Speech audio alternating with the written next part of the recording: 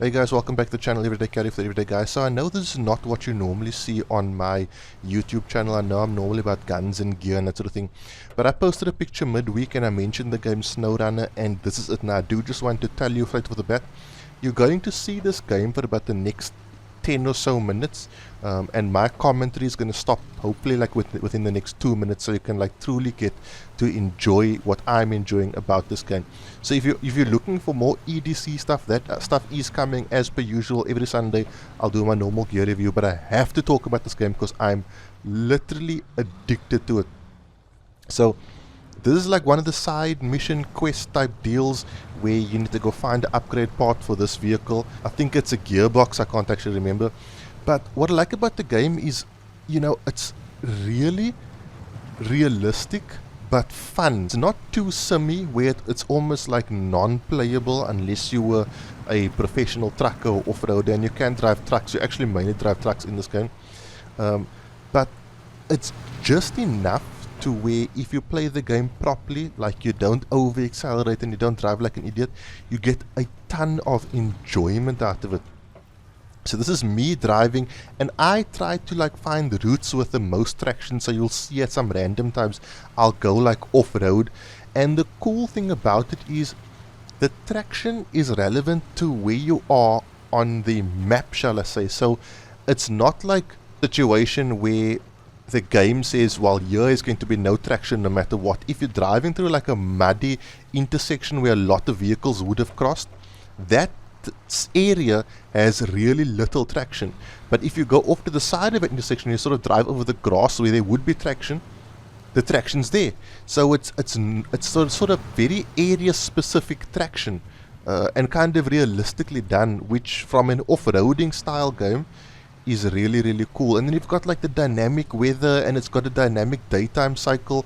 I'm not like a gaming expert, but when I do play games, I try to play it as realistically as possible. Like, I'm that guy who plays this game and I like never floor it, and I never want to use my winch unless I absolutely have to, and I put the car like in, or put the 4x4 into neutral and all those things, except for the spot coming up here where I wasn't going to put in petrol, but then I thought I might as well, just to show that you also put in petrol on this game. And you'll see, like when I pull up here, right, I put the vehicle in neutral and I switched off, and then I pull up and then I restart and I pull the handbrake up and put it down. I feel like that kind of thing just adds to the enjoyment, you know, playing a video game as realistically as possible. And the cool thing about this game is they've sort of made a game just to do what it's supposed to do. Like, you'll notice there are no other vehicles, and initially I thought that was a bit of a downer, but as I played the game, you know, it bothered me less, because I think that gave the devs time to put their effort into the actual mechanics and the steering, which is very different to most games in that it doesn't auto center. You have to center the steering yourself, so all steering inputs are done by yourself, and it allowed them to really work on the terrain traction. Like, here you'll see me go off to the side because it's obviously going to be more grippy on that grass than on the muddy road.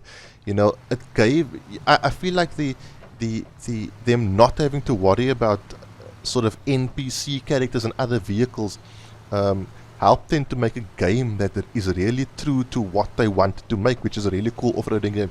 You do also have an inside view like you see here, which I think is really cool. If you want to go super sim, like, I just switch between inside and outside view. When I feel like I'm losing control a bit, I will go into inside, because it seems for some other reason that when you switch to the inside view, you sort of like regain a bit of control of the vehicle, although you do tend to miss out on like the really cool graphics. And this game does have super cool graphics. I'm playing on a Xbox One X with a 4K Ultra HD TV, so like what you're seeing here is pretty much the way I see it, and the graphics are really good. It's a really smooth playing game, and you really do get the sense for like where the is traction, isn't traction, and you've got to like switch between low range and diff lock, which is what you're seeing now. So you like manually put the vehicle into low range. This particular vehicle has diff lock always on, but you manually put it into four-wheel drive, you manually put it into reverse and that sort of thing. So it's just a really cool, extremely fun game where you just basically do like errands, like you are like effectively a delivery guy, and it's really like, it almost feels like what it would feel like in real life to do this kind of thing. It's kind of difficult, but also a lot of fun. So, okay, um, that is why you guys haven't heard from me for so long, because I've literally been playing this game almost non-stop. I I tell myself I'm gonna like play like the missions in inverted commas, and then I just end up driving around and exploring. Really, really cool game, guys. It's called Snowrunner. Um, this is not a paid promotion. I bought this game with my own money, and as you can see here, I'm going off-road because I want to find that upgrade part, and it's sort of like in a hidden area. And you sort of see the way I play the game. I go really super slow through things. You could just like flow it through here, but why would you do it that way? I try to make it as realistic as possible.